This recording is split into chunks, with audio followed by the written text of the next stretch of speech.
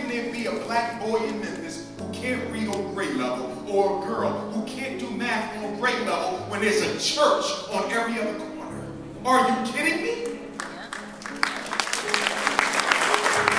How can that be?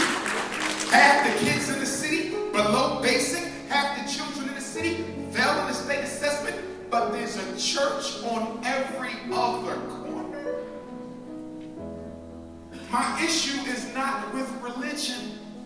It's with certain self-serving, Machiavellianistic, if that's a word, type of people who use God as a cover for their hustle. And for the rest of us who watch them use God as a cover for their hustle and do nothing about it. Sometimes I wonder if the devil is more active in church than on the street. Wow. Come on, man. I can speak like that. Come on, man. Yeah, you can. My great-great-great-great-grand-uncle Alexander Wayman was the 7th bishop of the African Methodist Episcopal Church. My great-great-great-grandfather and his father, Stephen and George Henry Bell, the brother and nephew to Frederick Douglass, were co-founders of the Bethel Union AME Church. I have an uncle who's a pastor right now. I speak in churches all the time. In fact, I can't wait to get back to Akron, Ohio. I'll be speaking at the Second Baptist Church with Reverend Pound. So I spend a lot of time in churches, but only those who are interested in the upliftment of the general condition of black people. And why do I say the general condition before I get into my relationship talk? I say the general condition because some of us belong to cliques and clubs that are only concerned about the condition of a few. I'm concerned with only the dark-skinned blacks, or I'm concerned only with the light-skinned blacks, or I'm concerned only with those who belong to my fraternity, or my sorority, or my social club. I'm not knocking your frat or sorority. I respect them all. I have friends in all of them. But the minute you are only concerned with those who wear your colors, then we are no longer of the same color. The Honorable Marcus Messiah Garvey told us to put race first in all things. Being African is more important than being a Kappa or a Q. Being African is being more important than being a Delta or AKA. Being African is more important than being an educator or an economist. Being African is more important than being a Muslim or a Christian. You wonder why we dead last? Because we the only people who put our race last. Come on now. Come on, man.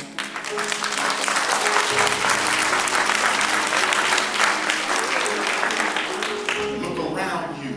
The Anglo-Saxon, his people come before his religion. The Arab, their people come before their religion. They're Muslim and Christian and Jehovah's Witness too. But the people, the culture, the biological connection is key, not my beliefs. Our religious immaturity has been one of our greatest misgivings. And that's why those of you who are in college, one of your responsibilities is to change that mindset. We need a total paradigm shift. The mind that got us out of slavery wouldn't have been sufficient to get us through the civil rights movement. The mind that got us through the civil rights movement wouldn't have been sufficient to get us through black power. And the mindset of the black power movement of the 70s isn't sufficient to get us through what we need now. You have to adapt. That doesn't mean you vacate your principles. You simply change the strategy. But we think we got to keep on doing it the way it was always done. We want to be married to certain strategies.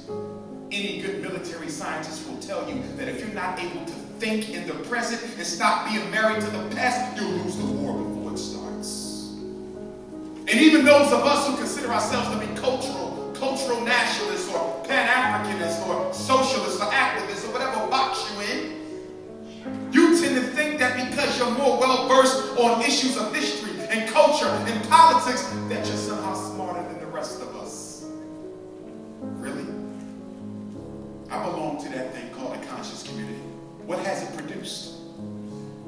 Do we have any ships? Do we have any airplanes?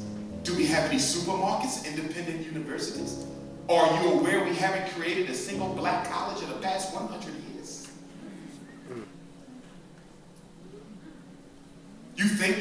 you know the history is going to save black people? Show me a war that was ever won just because somebody knew something.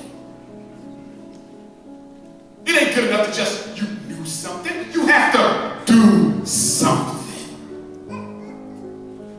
But the problem with that is a lot of us don't have enough commitment to the culture to do. We'll criticize, we'll protest for a day or two. But revolution is not an event, it's a process. Are you committed enough for the long? So they miseducate, then they pull out the medicine. Ritalin, Adderall, Strattera, Vyvanse, Concerta, Risperdal, Depakote, Paxil, Zoloft, and the list goes on. I was watching the news yesterday. Risperdal, a drug they give the black boys to help them deal with their anger problems, is now causing them to grow breasts. Y'all seen the commercials? I told you in my book not to put yourself on drugs, but you didn't listen. Now he's growing breasts because you think he needs medication to get an education. You don't need medication to get a job. You don't need medication to get married. You don't need medication to drive, but you need medication to get a miseducation now. And you're letting public school teachers tell you that your son needs drugs. And every mother is running out looking for an ADHD diagnosis. We know statistically that the poorest black schools get the lowest amount of state allotment in city and federal funds. We know this. We know that the African American boy is more likely to be suspended or expelled than any other child in America. We know this. The statistics don't lie. But what some of us are often unclear about is whether or not the intent is deliberate. Some of you think it's a mistake. Our kids are not learning because their pants are sagging. Our kids are not learning because they're listening to too much rap music. Our kids are not learning because the fathers are in jail. The mothers aren't married. They're not interested in getting an education. Yes, some of that is true. But those are minor causes. The true reason for why our children are not being properly educated because the system was never designed nor intended to benefit black people. Come on. Understand something. To provide a black boy with a proper education is a revolutionary act. And why is it? In American society, the black boy has a place at the bottom of the ladder. That has been his place ever since America has been America. The R in America stands for racism. If you took racism out of America, you would have to change the name of the country. And because the black man's position is at the bottom of the social, economic, and political ladder of the United States of America, if you educate him, you upset the apple cart. So the function of public education is to keep him where? In his place. And that's why special education was created in 1975, to keep him in his place. That's why ADHD came to us in the 1990s and in the year 2000, to keep him in his place. That's why discipline schools evolved, to keep him in his place. And that's why mandatory high school graduation exams are now the biggest ticket in America. Why do you need to pass a test to get a diploma if you passed every test you've been given for 12 years? And if I failed the graduation test, although I passed all the tests for 12 years, was the problem with me or with the system that misled me into believing I was being prepared for society? Education, the only industry in America. Education, the only business in America. Education, the only institution in this country where the customer is blamed when they don't get what they pay for. When a child can't read, we look at the child. When a child can't count, we look at the child. If the child can't write, we look at the child.